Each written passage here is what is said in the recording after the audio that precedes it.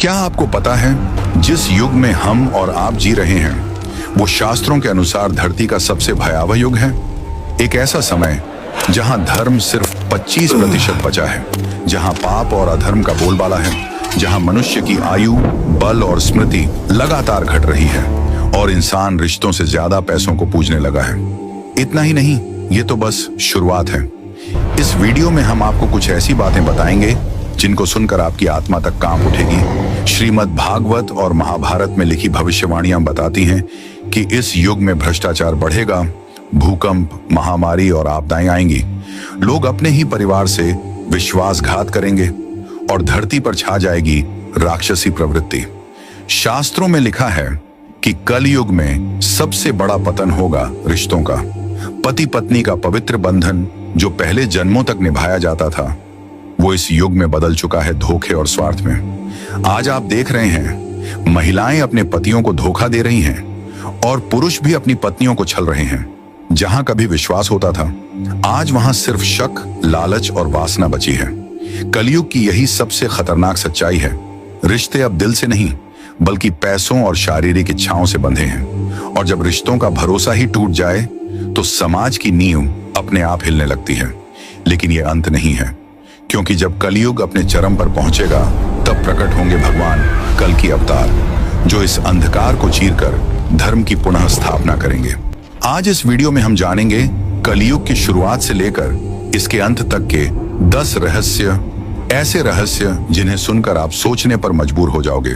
क्या हम सब धीरे धीरे उस प्रलय की ओर बढ़ रहे हैं? शास्त्रों में कहा गया है कि ब्रह्मा जी का एक दिन, जिसे कहते हैं कल्प, उसमें 4 युगों का चक्र चलता है। सतयुग, त्रेता युग, द्वापर युग और अंत में कलयुग। सतयुग में धर्म 100% था, त्रेता युग में 75%, द्वापर युग में 50%, और आज जिस युग में हम जी रहे हैं उस कलयुग में धर्म केवल 25% बचा है। यानी अधर्म, पाप और अंधकार ने 75% हिस्सा घेर लिया है। कलयुग को शास्त्रों ने पापियों का युग, धोखे का युग और मानवता के पतन का युग कहा है। यही वो समय है जब मनुष्य अपनी आत्मा की शक्ति खो देगा, रिश्तों का पवित्र बंधन टूट जाएगा और लालच के आगे इंसानियत का गला घोंटा जाएगा। कलयुग का महत्व ये है कि ये केवल अंधकार ही नहीं बल्कि ये अंतिम चरण है। इसके बाद होगा प्रलय और फिर शुरू होगा नया सतयुग यानी कलयुग। एक भयानक परीक्षा है मानवता की। महाभारत का युद्ध जब समाप्त हुआ तो धरती पहले ही खून और विनाश से भर चुकी थी, लेकिन द्वापर युग का अंत तब हुआ जब भगवान श्री कृष्ण ने इस धरती से विदा ली।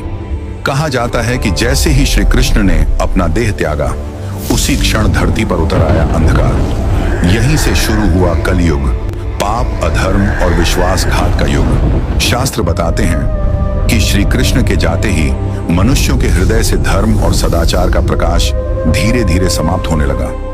राजा लालची हो गए, प्रजा पाप में डूबने लगी और धरती पर पहली बार फैल गई कलयुग की काली छाया।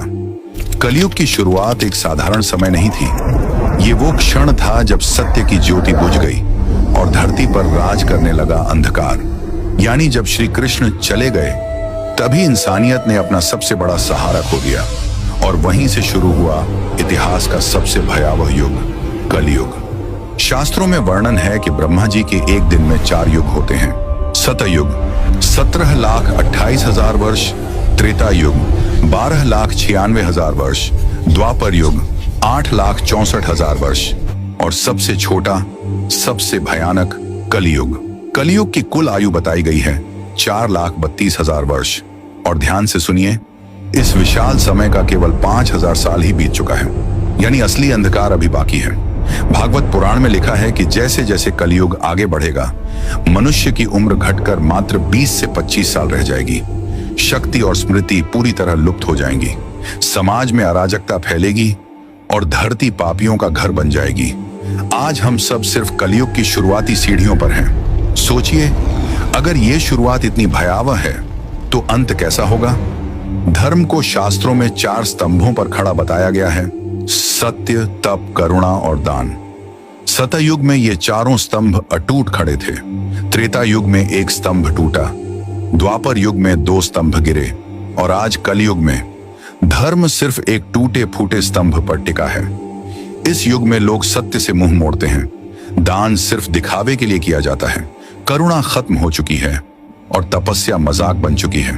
कलयुग की यही सच्चाई है। जहां कभी धर्म का प्रकाश चारों दिशाओं में फैला था, आज वहां केवल अधर्म की अंधेरी छाया है।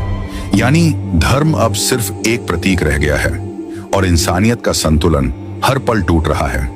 भागवत पुराण और महाभारत में साफ लिखा है कि कलयुग में मानवता का सबसे बड़ा पतन होगा। इस युग के लक्षण इतने भयावह हैं कि सुनकर ही रोंगटे खड़े हो जाते हैं। रिश्तों में विश्वास खत्म हो जाएगा, पति पत्नी एक दूसरे को धोखा देंगे, राजनीति में केवल भ्रष्टाचार रहेगा, नेता जनता की सेवा नहीं बल्कि अपने स्वार्थ पूरे करेंगे, धन ही सबसे बड़ा धर्म बन जाएगा, लोग ईश्वर को भूलकर सिर्फ पैसे के पीछे भागेंगे, प्राकृतिक आपदाएं बढ़ेंगी, भूकंप, महामारी और विनाशकारी युद्ध, और सबसे भयानक, मनुष्य इतना लोभी और स्वार्थी हो जाएगा कि अपने ही खून का गला घोंट देगा। कलयुग का यही सच है। जहां कभी प्रेम और भक्ति थी, अब वहां बस लालच, पाप और अधर्म की अंधेरी छाया है। शास्त्रों में कहा गया है कि युगों के बदलते ही मनुष्य की शक्ति और आयु लगातार घटती गई। सतयुग में इंसान की आयु हजारों वर्षों की होती थी, त्रेता युग में यह घटकर सैकड़ों वर्ष रह गई, द्वापर युग में मनुष्य 100 वर्ष तक जी सकता था और अब कलयुग में औसत आयु 60 से 70 वर्ष से भी कम हो चुकी है। समय के साथ यह और घटकर 20 से 25 वर्ष रह जाएगी।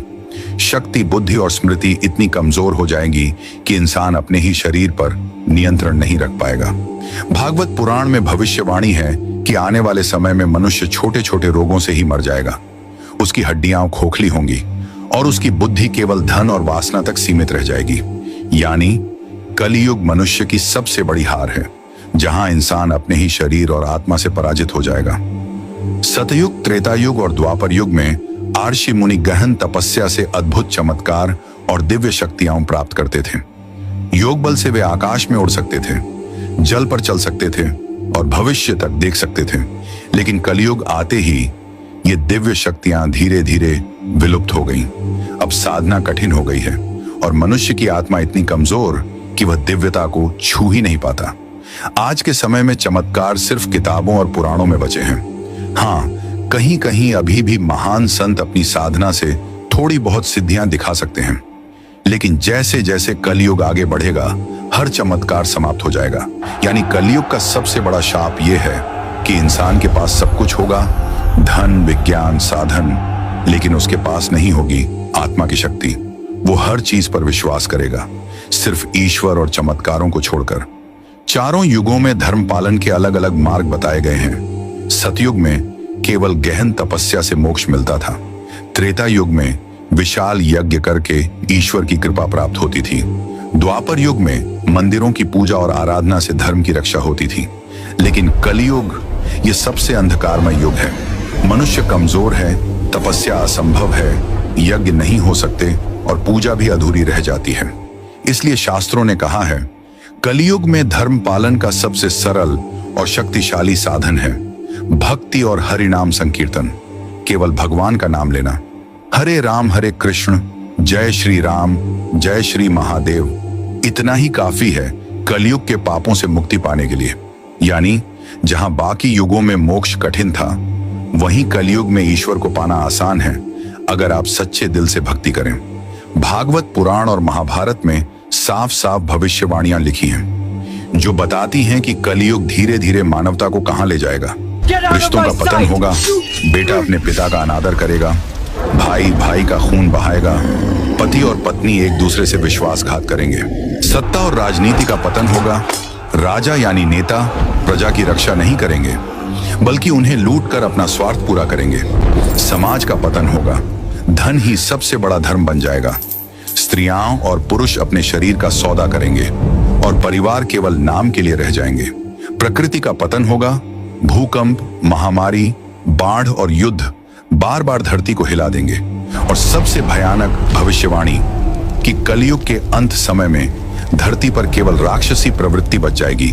तब इंसान नहीं बल्कि पाप ही राजा होगा। शास्त्रों में लिखा है कि जब कलयुग अपने चरम पर पहुंच जाएगा, जब अधर्म, पाप और राक्षसी प्रवृत्ति हर घर में फैल जाएगी, जब इंसानियत पूरी तरह मर जाएगी, तभी इस अंधकार को चीरते हुए प्रकट होंगे भगवान विष्णु का अंतिम अवतार कल्कि।